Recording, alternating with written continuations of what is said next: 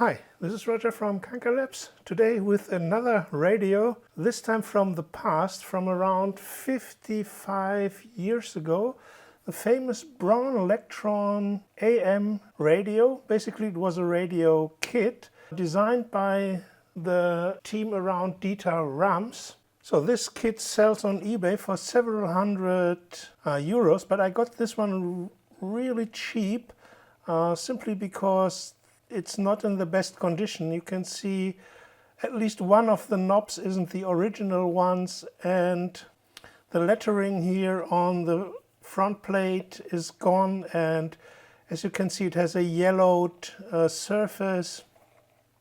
And this was sold as a kit from the end of the 60s up to at least the end of the 70s, and it has some peculiarities which we will discuss later. You see one of the knobs already has come out, and even the potentiometer doesn't seem to be the original one. So we'll try to restore this one. But first of all, let's see if it is still working. And for that purpose, I've got our new AM transmitter, AM modulator here, which is operated with 3 AA or AAA batteries and a little coupling coil. And if we turn this on, let's see if we find the frequency.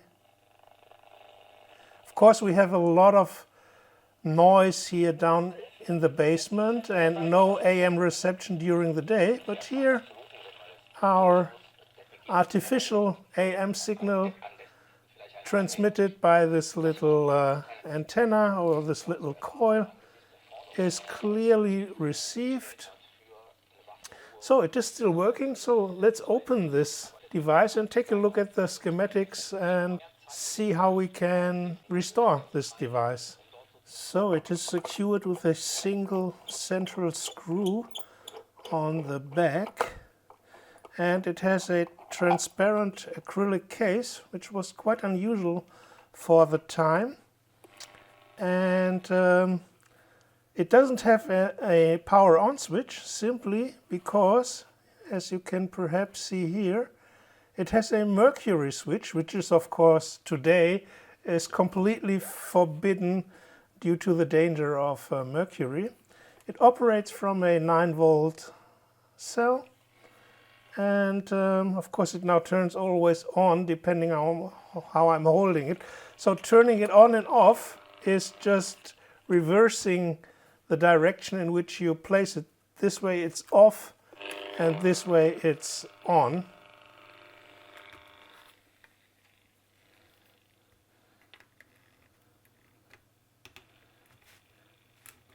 So let's loosen the 2 screws for the variable capacitor for tuning and for the volume pot. And then we should already, no, there are still 4 more screws.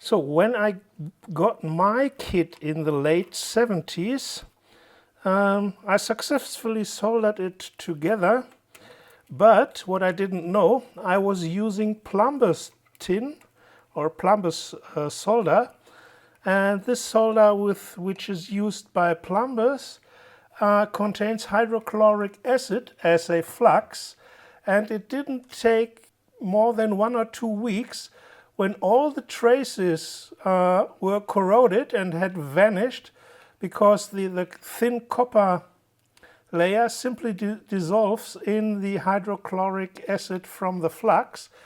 And so I was so unhappy with it that I discarded the whole radio, which I shouldn't have done, because now I would of course either make a new PCB or repair the corroded traces manually.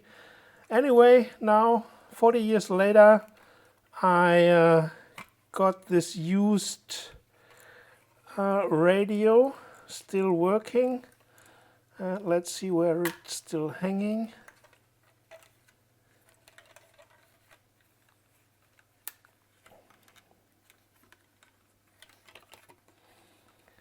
This has seen better days, and it seems to have been repaired, or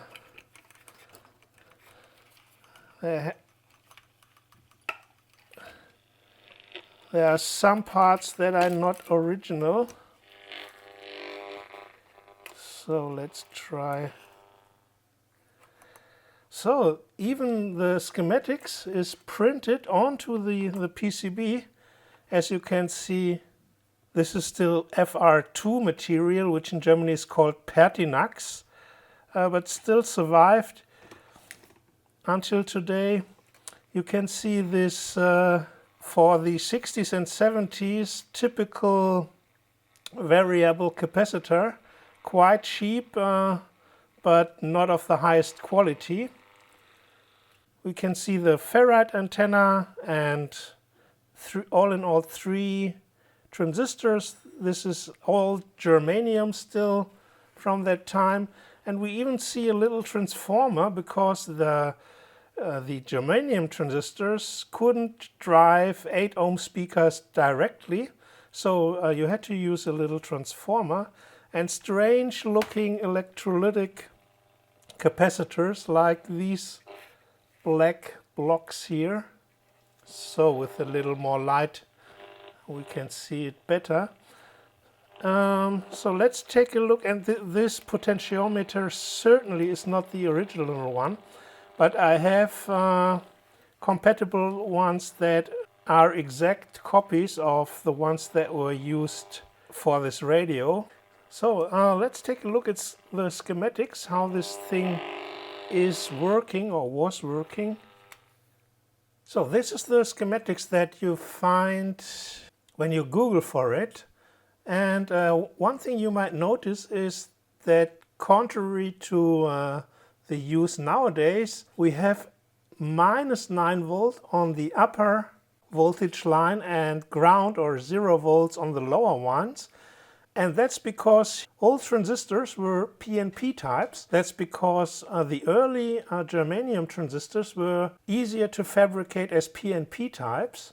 And to give the traditional look out of a schematics, where the current flows from the positive upper side down to ground, they simply reversed all electrolytics and also the power supply.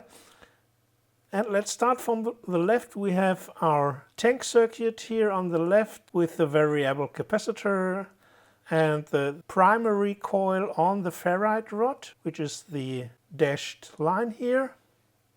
And we have a coupling coil, and the reason is the coupling coil is directly connected to the base of the first amplifying transistor. And the input impedance of a bipolar transistor is very low.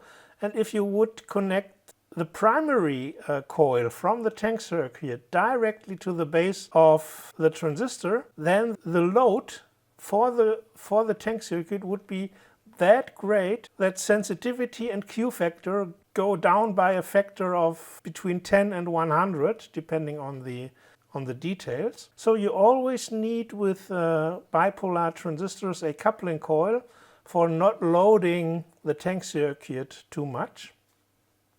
And the only interesting part of the circuit is around the first transistor, because this is the kind of reflex receiver, because this transistor serves a dual purpose. The first purpose is to amplify the radio frequency linearly, and then the signal is taken from the collector via, again, a coupling capacitor to the rectifying diode, also a germanium type, and fed again. So now here at this point behind the rectifying diode, and of course for getting the demodulation of the AM signal right, we need this capacitor.